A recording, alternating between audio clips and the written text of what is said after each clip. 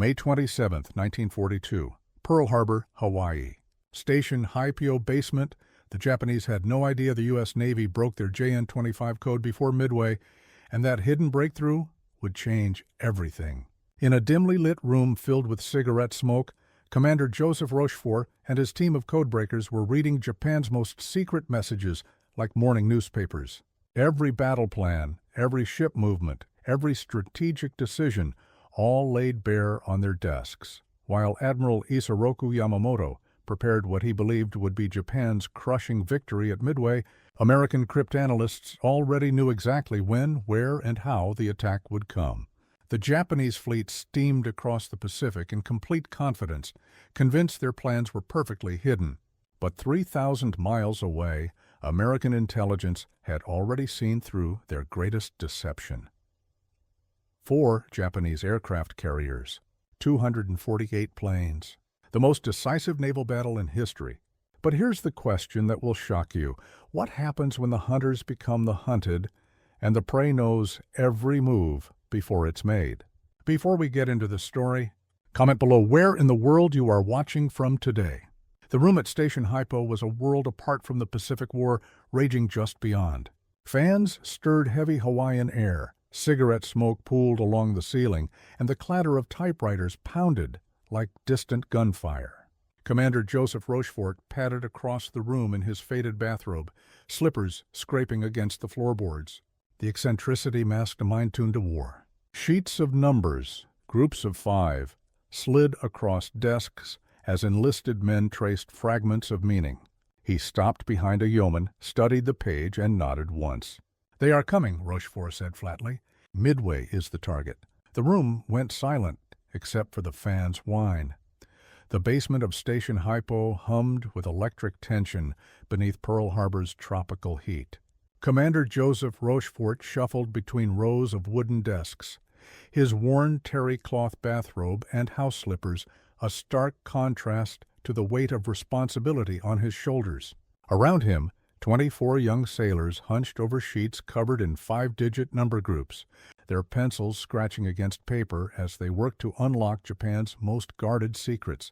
The Japanese Navy's JN-25 code contained more than 30,000 possible code groups, each representing words, phrases, or military units. By May 1942, Rochefort's cryptanalysts had recovered roughly 20% of these groups, enough to read vital fragments of enemy communications, but not enough to guarantee complete understanding.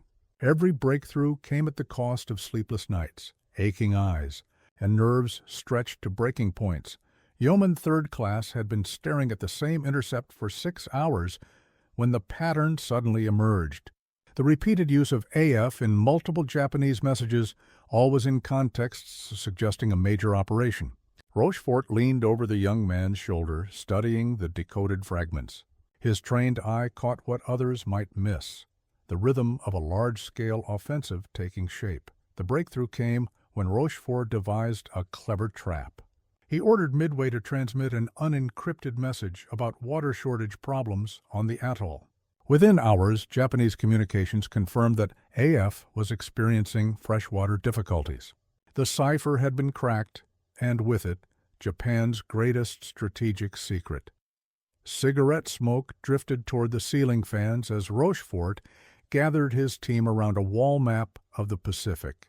His finger traced the route from Japan to Midway Atoll, a tiny speck of coral and sand that would soon become the focal point of the war's most decisive naval battle.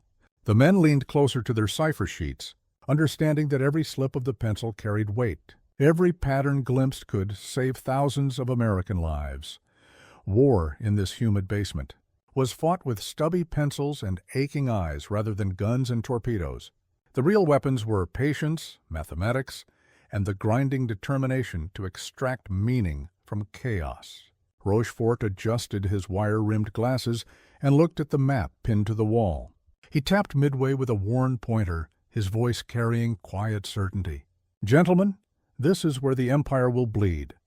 3,000 miles westward, ink glistened on rice paper as staff officers in Tokyo brushed final characters across Operation MI's orders. Admiral Isoroku Yamamoto stood tall in the Imperial Navy headquarters, his broad forehead shadowed beneath his peaked cap. He had studied at Harvard University, walked the streets of Washington, and understood America's vast industrial potential better than most of his colleagues. Yet in this moment, surrounded by maps and confident subordinates, he exuded the quiet assurance of a man who believed victory was within reach. 4 aircraft carriers formed the striking arm of his plan: Akagi, Kaga, Soryu, and Hiryu, each a floating fortress carrying dozens of experienced pilots who had honed their skills over China and perfected their techniques at Pearl Harbor. These aviators rehearsed endlessly for glory, convinced that one decisive blow would erase the survivors of December 7th and bring America to its knees. Japan would execute a masterful deception, striking the Aleutian Islands to draw American forces northward, then crushing the remaining Pacific Fleet at Midway Atoll. The decisive battle doctrine, known as Kantai-Kessen, represented the culmination of Japanese naval thinking. One massive engagement would determine the war's outcome, just as Admiral Heihachi Togo had destroyed the Russian fleet at Tsushima in 1905. Yamamoto's staff officers moved colored pins across charts, calculating fuel consumption, ammunition requirements, and timing with mathematical precision. The Japanese plan committed 4 carriers and 248 aircraft to the operation. American intelligence estimates, still incomplete and uncertain, suggested the United States could deploy only 3 carriers: Enterprise, Hornet, and the hastily repaired Yorktown, totaling 233 aircraft. Japanese strategists assumed that surprise remained entirely on their side, that American forces would be caught scattered and unprepared. The brushstrokes dried on operational orders that would soon be distributed to fleet commanders. Secrecy cloaked every aspect of the mission, from radio silence protocols to sealed navigation charts. Yamamoto folded his hands behind his back and gazed out at Tokyo Bay, where the combined fleet support vessels were already beginning to gather. "We will finish what we began," he said quietly, his words carrying the weight of national destiny. The orders moved from paper to ships, from headquarters to harbors, as the most powerful naval force in Japanese history prepared to steam eastward toward what its commanders believed would be certain victory. What the admiral could not see, what none of his meticulously trained staff officers could suspect, was that their every move was already known to men working half a world away in a basement beneath Pearl Harbor. The East Hartford plant shook with industrial rhythm that never ceased. Massive presses hammered sheet metal into precise shapes. Welders sent cascades of sparks across the factory floor, and the roar of aircraft engines under test stands rattled every window pane in the sprawling facility. The Pratt & Whitney factory produced not merely machines, but symbols of American industrial might, the MAS R-1830 twin-wasp radial engines that would power the war effort across 2 oceans. Margaret stepped away from her riveting station, adjusting the colorful scarf tied around her hair as she wiped grease from her cheek. The noise was so overwhelming that she had to shout to be heard above the mechanical thunder. "This one's headed for a Wildcat fighter," she called out to her supervisor, pointing at the gleaming engine assembly moving down the production line. Sparks rained through the half-light of the factory floor as pneumatic rivet guns hammered like endless artillery fire. Women, immigrants, farmers, and factory workers who had never seen an airplane before December 1941 now assembled the most sophisticated aircraft engines in the world. They worked 12-hour shifts, 7 days a week, driven by a combination of patriotic duty and steady paychecks that offered previously unimaginable economic opportunity. The transformation of American society was as dramatic as the military mobilization itself. In 1942, American factories produced 48,000 military aircraft, a number that seemed impossible to enemy planners who calculated production capacity based on peacetime standards. Japan, constrained by limited raw materials, smaller industrial infrastructure, and a workforce still bound by traditional social structures, managed to produce approximately 9,000 aircraft in the same period. The United States could replace combat losses within weeks of their occurrence. Japan could not. Overhead cranes moved with ballet-like precision, lifting completed engines from assembly stations and transferring them to shipping areas where they would begin journeys to airfields across America and beyond. Each engine represented hundreds of hours of skilled labor, thousands of precisely manufactured components, and the accumulated industrial knowledge of a nation that had spent decades perfecting mass production techniques. A crane operator named lifted his hand in a mock salute as another R-1830 engine swung overhead, its polished aluminum housing reflecting the brilliant fluorescent lights like a promise of aerial supremacy. The engine would soon find its way into the engine bay of a Grumman F-4F Wildcat, where it would carry a young pilot into combat over the Pacific. "Let's see them try to match this," he called out, grinning with the confidence of a man who understood that wars were won as much in factories as on battlefields. Station. HYPO buzzed with controlled urgency as Rochefort's team prepared to execute their most audacious gamble.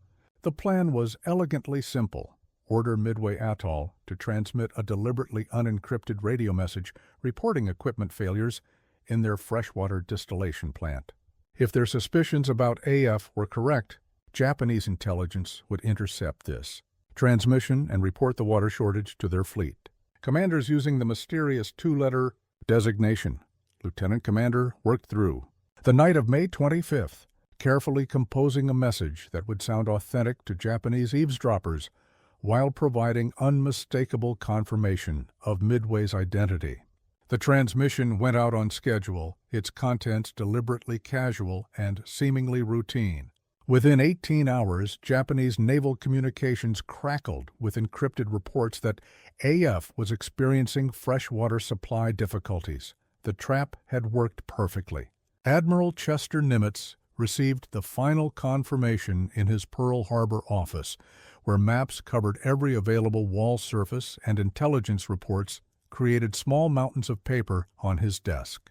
The soft-spoken admiral maintained his characteristic calm demeanor, but those who knew him well could detect the slight tightening around his eyes that indicated intense concentration. By May 25th, American intelligence possessed not merely the target of Japan's next major offensive, but also its timing. June 4, 1942, Nimitz understood immediately that this intelligence breakthrough represented the most significant strategic advantage American forces had enjoyed since the war began.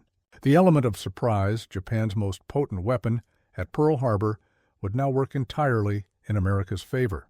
He reached for his secure telephone to begin issuing orders that would position the Pacific Fleet for an ambush of unprecedented scale.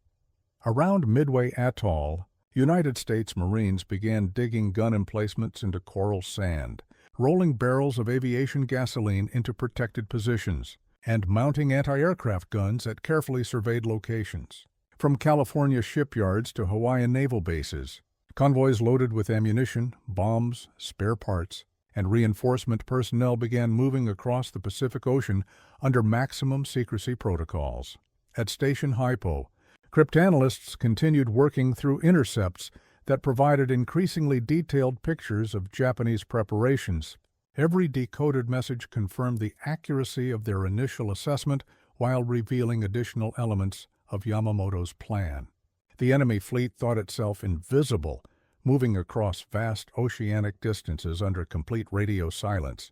But the shadows had already been pierced by American intelligence, and every ship, every aircraft, every operational timeline was known to the men who would soon face them in battle. Nimitz set down the decoded message and looked toward the harbor, where his carriers were already beginning to prepare for sea. "We will be ready," he said simply, his words carrying the quiet confidence of a commander who held every advantage except numbers. The Pacific stretched, vast and seemingly empty as Yamamoto's. Combined fleets steamed eastward through swells that had traveled uninterrupted across thousands of miles of open ocean. On Akagi's flight deck, pilots strapped themselves into cockpits, while deck crews performed final inspections, the smell of high-octane aviation gasoline thick in the salt air. The carrier's crew moved with the precision that came from months of intensive training, every man confident in his role and certain of victory. Lieutenant adjusted his leather flight helmet and glanced toward the horizon where 3 sister carriers maintained perfect formation. The pilots had studied reconnaissance photographs of Midway until they could navigate the atoll's lagoons in their sleep. They knew the locations of every gun emplacement, every aircraft revetment, every strategic building that would require destruction. The mission parameters seemed straightforward: eliminate American air power, neutralize ground defenses, and prepare the way for invasion forces that would establish Japanese control over this crucial outpost. Japanese naval doctrine emphasized speed, concentration of force, and the achievement of decisive results through single, overwhelming attacks. Officers aboard the 4 carriers studied their charts and rehearsed communication procedures, confident that American forces remained scattered and unprepared. Intelligence reports suggested that most of the United States Pacific Fleet was either under repair following Pearl Harbor or deployed uselessly in other theaters. The Japanese plan covered approximately 4,000 kilometers of Pacific Ocean, with diversionary forces striking the Aleutian Islands while the main body approached Midway from the northwest. Yamamoto's staff had calculated fuel consumption, weather patterns, and operational timelines with characteristic thoroughness. Every contingency seemed to have been considered, every possible American response anticipated and countered. What Japanese planners could not account for was the absence of long-range radar systems aboard their ships, a technological limitation that would prove critical in the coming battle. American forces possessed radar coverage that extended nearly 100 miles from Midway, providing early warning capabilities that Japanese commanders did not realize existed. Similarly, Japanese intelligence assessments of American carrier deployments were based on incomplete information and outdated assumptions. The 4 carriers cut through Pacific swells with their escorts, arrayed in protective formations around them. Confidence radiated from every level of the fleet hierarchy, from Yamamoto himself down to the youngest seaman maintaining aircraft engines in the carrier's depths. Officers studied their charts one final time and repeated the sacred doctrine of decisive battle that had guided Japanese naval thinking for decades. The horizon swallowed the massive fleet as it continued its approach toward what its commanders believed would be an unsuspecting target. Yet, at Pearl Harbor, in Washington, and aboard American ships already moving to intercept them, their progress was being tracked with precision through the continuous flow of decoded communications. Intelligence coral dust filled the air at Midway Atoll as United States. Marines dug defensive positions into sand that had been undisturbed by warfare for millions of years.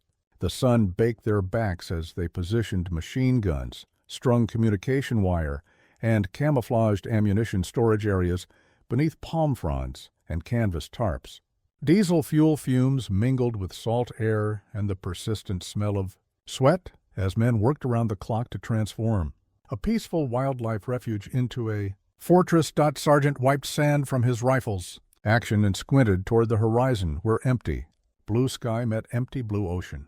The Marines had been told to expect a major Japanese attack, but the specific timing and scale remained classified information restricted to officers. What they knew was sufficient: dig deep, shoot straight, and hold the line regardless of what came out of the western sky. Boeing B-17 Flying Fortress bombers squatted on Midway's runways like enormous metal insects, their bomb bays loaded with ordnance that ground crews had been stockpiling for weeks.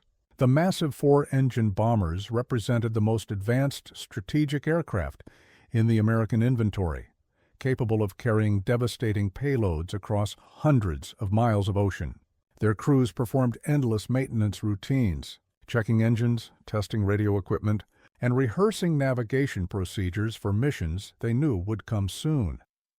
The most dramatic example of American industrial capability was unfolding simultaneously at Pearl Harbor, where the aircraft carrier Yorktown had limped into dry dock following severe damage at the Battle of the Coral Sea.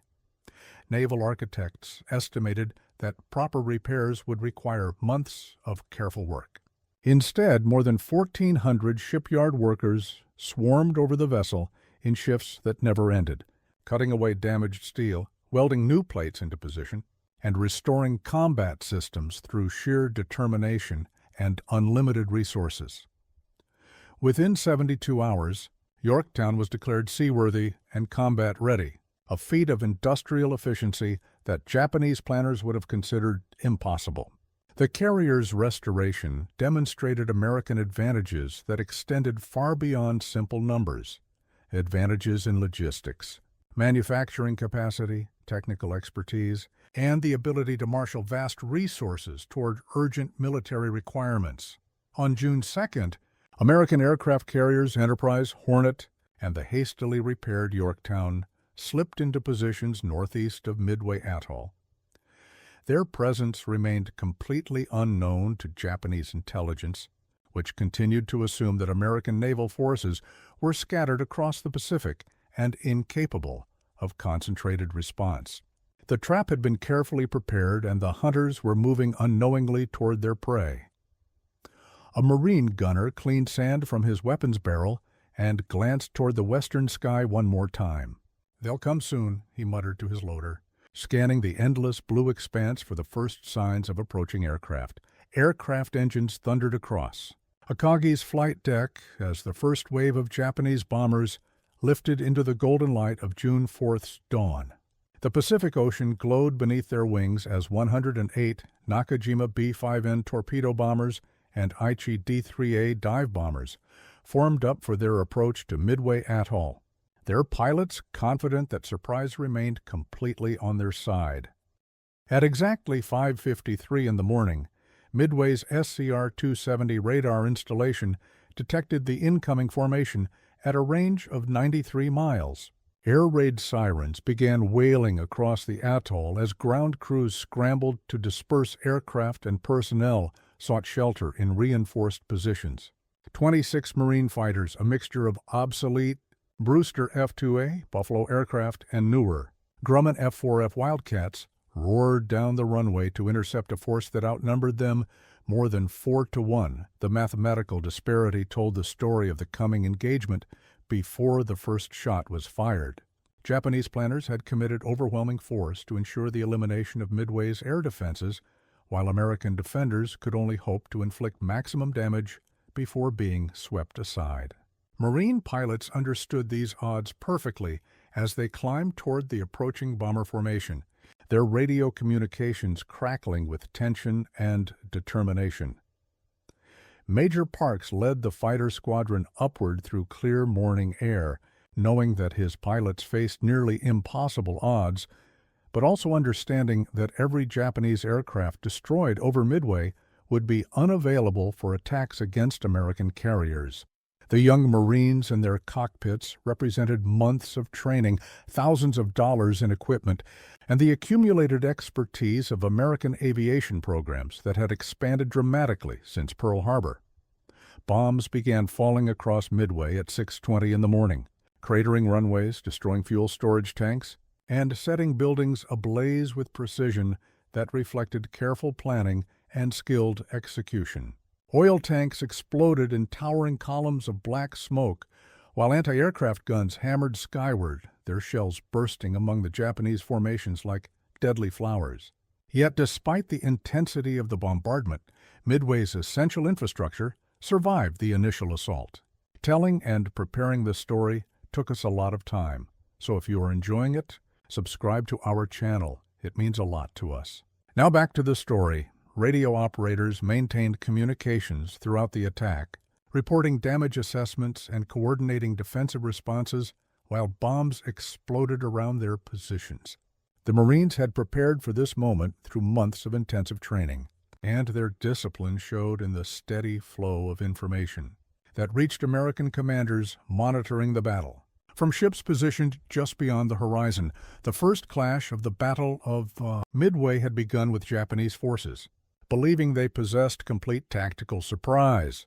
But surprise was an illusion that had been shattered weeks earlier in the basement of Station HYPO, and American carrier aircraft were already preparing for missions that would transform this apparent Japanese success into the Empire's greatest naval disaster. By mid-morning, American air groups searched desperately across empty Pacific swells for the Japanese fleet that intelligence reports placed somewhere northwest of Midway. Lieutenant Commander Wade McCluskey led 37 Douglas SBD Dauntless dive bombers from the aircraft carrier Enterprise, their fuel gauges sinking steadily as they crisscrossed oceanic vastness without finding their targets. McCluskey faced the most critical decision of his naval career as his aircraft approached the point where remaining fuel would barely allow return to Enterprise. Standard doctrine demanded immediate withdrawal to preserve aircraft and pilots for future operations. Instead, he spotted the Japanese destroyer Arashi racing at maximum speed toward the northwest, throwing up a conspicuous wake that seemed to beckon American bombers toward their destination. The decision to follow Arashi's wake represented pure tactical instinct combined with desperate hope. McCluskey banked his formation toward the destroyer's heading, gambling that the vessel was rushing to rejoin the main Japanese fleet. His pilots followed without question, understanding that their commander was risking everything on a single inspired guess that could either locate the enemy or doom them all to ditching in the Pacific. Minutes after changing course, McCluskey's bombardiers spotted aircraft carriers through their telescopic sights. 4 Japanese flat tops steamed in formation below, their flight decks crowded with refueling aircraft, ordnance stacked carelessly in the open, and damage control equipment scattered across wooden planking. The moment of maximum vulnerability had arrived precisely when American dive bombers were in position to exploit it. At 10:22 in the morning, dive bombers from Enterprise and Yorktown pushed into screaming descents that would be remembered as the most decisive 5 minutes in naval aviation history. McCluskey's dauntless bombers plunged toward Akagi, while other squadrons targeted Kaga and Soryu, their 1,000-pound bombs whistling downward through increasingly dense anti-aircraft fire. Explosions blossomed across Japanese flight decks as bombs penetrated into hangars filled with armed and fueled aircraft. Secondary detonations followed immediately as aviation gasoline ignited, ammunition magazines exploded, and fires spread through wooden deck structures with terrifying speed. Within minutes, 3 of the 4 carriers that had attacked Pearl Harbor were transformed into floating funeral pyres. McCluskey pulled his dive bomber out of its attack run and wheeled away from the inferno below, his fuel gauges showing barely enough remaining capacity to reach Enterprise. Smoke columns rose thousands of feet into the clear Pacific sky as flames consumed the pride of the Japanese Navy. Above the destruction, American bombers formed up for their return flight, their crews understanding that they had just witnessed the turning point of the Pacific War. Hiryu steamed alone through the smoke and chaos, the sole surviving Japanese aircraft carrier in an operation that had begun with 4. Admiral Chuichi Nagumo ordered immediate counterstrikes from his remaining vessel, understanding that Japan's only hope lay in inflicting maximum damage on American forces before the inevitable end arrived. Lieutenant Commander directed preparations for Hiryu's strike aircraft with the methodical precision of a professional naval officer who refused to acknowledge defeat. 18 Aichi D-3A dive bombers and 6 Nakajima B-5N torpedo planes prepared for launch, their crews grimly determined to salvage something from the disaster that had consumed their sister ships. The mathematical odds had shifted catastrophically against Japanese forces, but trained aviators would continue fighting until the last aircraft was expended. Yorktown bore the brunt of Hiryu's desperate counterattacks, taking bomb and torpedo hits that ripped through her hull plating and set fires blazing across multiple decks. Damage control parties raced through smoke-filled passageways, sealing compartments, fighting fires, and restoring power to essential systems through sheer determination and superior training. The carrier's survival reflected months of intensive preparation for exactly these circumstances. American sailors demonstrated remarkable resilience as they patched holes, pumped out flooded compartments, and restored Yorktown to operational status despite severe damage. Within hours, the carrier was recovering aircraft and preparing for additional combat operations, a testament to both crew training and the superior damage control doctrine that American naval forces had developed through careful study of wartime experience. Yet, Yorktown's reprieve proved temporary when the Japanese submarine I-168 penetrated her destroyer screen and fired a spread of torpedoes that finally sent the gallant carrier to the bottom of the Pacific Ocean. The submarine attack represented the last successful Japanese action of the entire Midway operation, a minor tactical victory that could not offset the strategic catastrophe unfolding around it. By afternoon, American bombers had located Hiryu and subjected her to the same devastating dive bombing attacks that had destroyed her sister ships earlier in the day. Bombs struck home with deadly accuracy, transforming Japan's last remaining carrier into another towering column of black smoke rising from the Pacific surface. Admiral Naguma watched his fleet's destruction from the bridge of a heavy cruiser, understanding that Japan had lost not merely 4 aircraft carriers, but the trained aircrew and maintenance personnel who represented years of irreplaceable experience.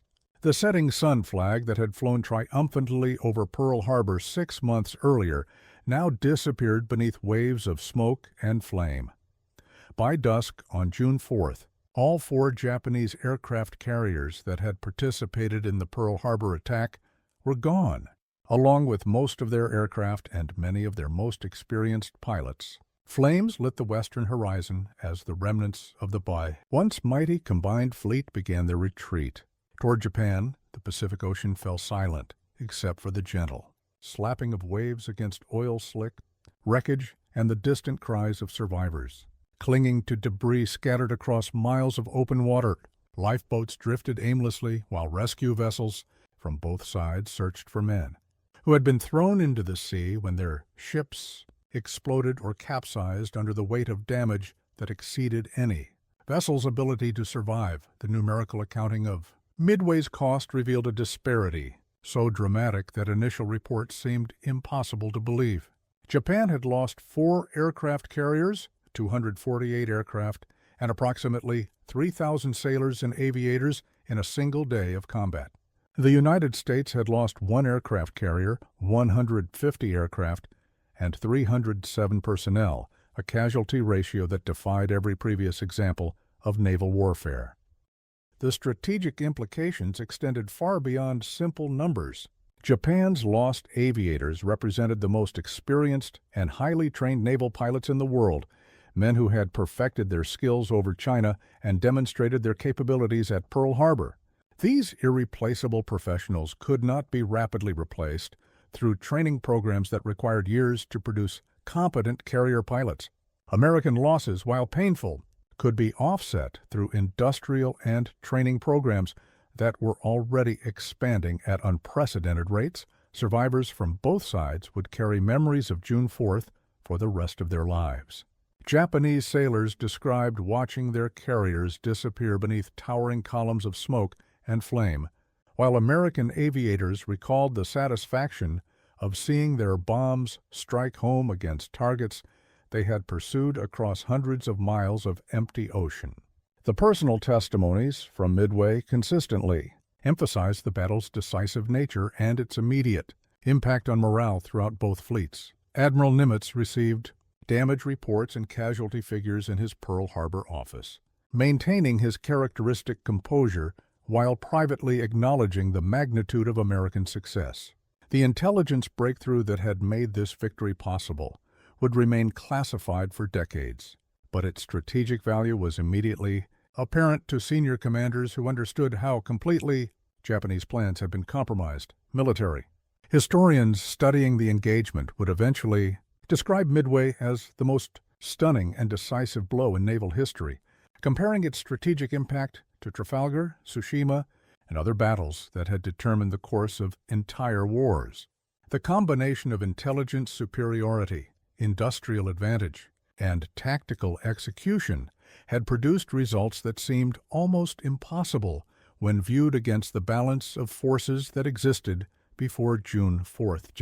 Japanese naval power in the Pacific had been broken in a single day, while American confidence soared with the knowledge that their enemy was neither invincible nor strategically superior to forces that combined democratic determination with industrial supremacy. Massive cranes swung over shipyard slips in San Diego, Norfolk, and Newport News, their steel arms lifting prefabricated sections onto hull frameworks that seemed to grow larger each day. The rhythmic hammering of pneumatic riveters echoed across harbors where the Essex-class aircraft carrier construction program was transforming American naval capability at a pace that enemy planners considered impossible to achieve or sustain. Welders worked around the clock, their torches throwing showers of sparks across assembly areas where women, minorities, and workers who had never seen an ocean before Pearl Harbor now built the most sophisticated warships in human history. The social transformation accompanying American military mobilization was as dramatic as the industrial expansion itself, breaking down barriers that had existed for generations while creating economic opportunities previously unimaginable. The numerical comparison between American and Japanese shipbuilding capacity revealed advantages so overwhelming that they seemed to belong to different civilizations rather than different nations. Between 1942 and 1945, United States shipyards commissioned 24 Essex-class aircraft carriers, each larger, faster, and more capable than any comparable vessel in the Japanese fleet. During the same period, Japan managed to complete construction of only one fleet carrier of equivalent capability. American manufacturing superiority extended beyond simple numbers to encompass technological innovation, quality control, and the ability to incorporate combat lessons into production designs while ships were still under construction. Japanese industry, constrained by limited raw materials, smaller factory capacity, and transportation systems that were increasingly disrupted by American submarine warfare, could not match this combination of quantity and quality. Liberty ships rolled off American assembly lines like automobiles, each vessel capable of carrying thousands of tons of supplies across oceanic distances that had previously limited military operations to coastal regions. The ability to project sustained combat power across the Pacific Ocean depended entirely on this merchant marine capacity, which American industry expanded from virtually nothing to global dominance within months of entering the war. Factory workers understood that their efforts carried strategic importance, extending far beyond immediate military requirements. Every aircraft engine, every naval gun, every radio set represented American technological and industrial superiority being translated into weapon systems that would determine the war's outcome. The connection between homefront production and battlefield success was direct and unmistakable. A shipyard worker lifted his welding mask and surveyed the carrier taking shape around him, its flight deck stretching nearly 900 feet from bow to stern. "They cannot catch us now," he said to a colleague, sparks still glowing behind him like fallen stars. The confidence in his voice reflected an understanding that American industry had achieved a level of productive capacity that no enemy could match or counter through traditional military means. Decades later, veterans of Midway gathered beneath Memorial Day skies, their ribbons and medals catching sunlight as they shared memories that remained vivid despite the passage of years. The men who had fought at stations ranging from cryptanalysis desks to aircraft cockpits understood that their experiences were part of a larger historical narrative that had determined the course of global civilization. Historians studying the Pacific War consistently identified Midway as the conflict's decisive turning point, but the true strategic hinge had occurred weeks earlier in the basement of Station HYPO, where cryptanalysts had broken Japanese naval communications. The intelligence breakthrough that enabled American forces to position themselves for an ambush represented a revolution in warfare that would influence military planning throughout the Cold War and beyond. The broader lessons of Midway extended far beyond tactical considerations to encompass the relationship between democratic institutions and military effectiveness. American success had resulted from the combination of individual initiative, technological superiority, industrial capacity, and social systems that encouraged innovation while rewarding merit regardless of background or social position. Japanese defeat at Midway marked the end of their strategic offensive capability in the Pacific theater, forcing a shift to defensive operations that played to American advantages in logistics, industrial production, and sustained combat operations. The initiative that Japan had seized at Pearl Harbor was permanently lost, never to be recovered despite subsequent efforts to achieve tactical victories that might influence American political opinion. The intelligence techniques developed for breaking JN-25 would later be applied to other enemy communication systems, leading directly to Operation Vengeance, the interception and killing of Admiral Yamamoto in 1943, and establishing principles of signals intelligence that would guide American national security policy throughout the nuclear age. The codebreakers of Station HYPO had created capabilities that extended far beyond immediate military requirements. Veterans often reflected on the battle's demonstration that American forces, properly equipped and led, could overcome numerical disadvantages through superior technology, training, and logistics.